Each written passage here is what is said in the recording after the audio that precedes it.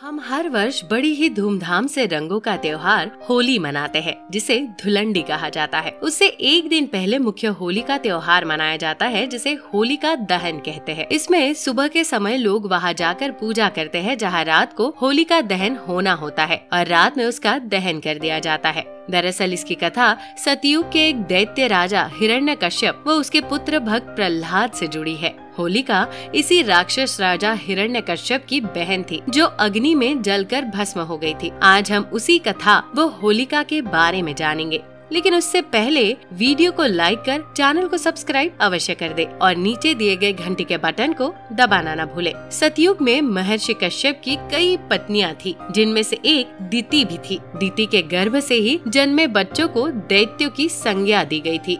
उसकी कोख से मुख्यतया 2 बालक व 1 बालिका का जन्म हुआ था, जिनके नाम हिरण्यकश्यप, हिरण्याक्ष व होलिका था। इनमें सबसे बड़ा हिरण्यकश्यप था। इन दोनों दैत्यों का वध भगवान विष्णु को अलग अलग अवतार लेकर करना पड़ा था, जिनमें से हिरण्याक्ष दैत्य का वध भगवान विष्णु के वराह अवतार ने, तो हिरण्यकश्यप दैत्य का वध नरसिंह अवतार ने किया था। होलिका ने भगवान ब्रह्मा की कठोर तपस्या की थी और उनसे एक विशिष्ट वरदान प्राप्त किया था। दरअसल होलिका को भगवान ब्रह्मा से ये वरदान प्राप्त था कि कोई भी अग्नि उसे कभी जला नहीं पाएगी। इसी के साथ ब्रह्मा ने कहा था कि ये वरदान तभी प्रभावी होगा जब वो इसे स्वयं की रक्षा करने या दूसरों की भलाई करने के उद्देश्य से प्रयोग में लाएगी। इस वरदान को पाकर होलिका बहुत खुश हो गई थी। अब तीनों लोकों की अग्नि भी उसे जलाकर भस्म नहीं कर सकती थी। होलिका के छोटे भाई हिरण्याक्ष राक्षस का भगवान वराह के द्वारा वध हो चुका था। इसके पश्चात उसके बड़े भाई हिरण्यकश्यप ने भगवान ब्रह्मा से विचित्र वरदान प्राप्त किया था, जिस कारण कोई भी उसका वध नहीं कर सकता था।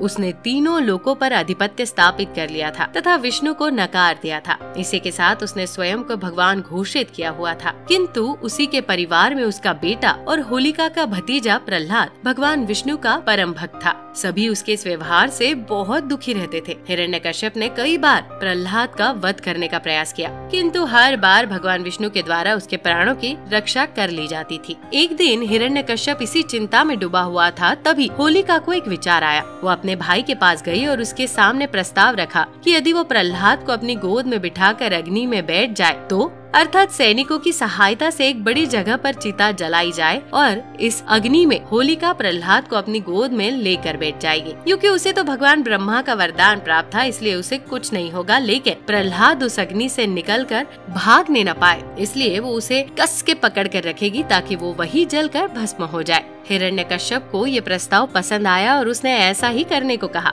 उसके बाद हिरण्यकश्यप ने अपने सैनिकों को यही आदेश दिया। कुछ ही समय में एक विशाल जगह पर लकड़ियों और घास फूस इकट्ठा कर दी गई और उसके बीचों बीच होलिका प्रहलाद को अपनी गोद में लेकर बैठ गई। इसके पश्चात हिरण्यकश्यप की आज्ञा अनुसार उस चिता में आग लगा दी गई। आग लगते ही प्रहलाद हमेशा की तरह विष्णु विष्णु का नाम जपने लगा। जैसे जैसे अग्नि की आंच उन तक पहुँचने लगी, वैसे वैसे होलिका को उसकी तपन महसूस होने लगी। वो आश्चर्यचकित थी, क्योंकि इससे पहले अग्नि ने उसे कभी ऐसा अनुभव नहीं करवाया था। अब अग्नि उन तक पहुंच चुकी थी और होलिका का शरीर उस अग्नि से जलने लगा था, तो वही प्रहलाद निश्चिंत होकर बैठा था और विष्णु विष्णु जपे जा रहा था। होलिका को ये देखकर बहुत क्रोध आया और वो चीख चीख कर भगवान ब्रह्मा के दिए वरदान को झूठा बताने लगी। ये देखकर भगवान ब्रह्मा ने उसे दर्शन दिया और कहा कि ये वरदान देते समय उन्होंने उससे कहा था कि ये तभी प्रभावी होगा जब वो उसे स्वयं की रक्षा करने या दूसरों की भलाई के लिए प्रयोग में लाएगी। यदि वो इस वरदान का दुरुपयोग करेगी तो ये स्वतः ही निष्प्रभावी हो जाएगा। ये कहकर भगवान ब्रह्मा अंतर्धान हो गए। वो अग्नि बहुत ही विशाल थी और होलिका चाहकर भी उस अग्नि से नहीं निकल सकती थी। प्रहलाद की रक्षा तो स्वयं नारायण कर रहे थे, इसलिए उसे कुछ नहीं हो रहा था। बाहर खड़े सभी सैनिक और हिरण्यकश्यप होलिका के चित्कार सुन सकते थे, लेकिन सभी असहाय थे। देखते ही देखते होलिका का शरीर उस अग्नि में जलकर भस्म हो गया, जबकि प्रहलाद सकुशल बाहर आ गया। तो दर्शकों, कैसे लगे आपको ये जानकारी, हमें कमेंट कर जरूर बताएं। साथ ही यदि आपको ये वीडियो पसंद आई हो तो वीडियो को लाइक कर चैनल को सब्सक्राइब जरूर कर दे। वीडियो में अंत तक बने रहने के लिए आपका धन्यवाद।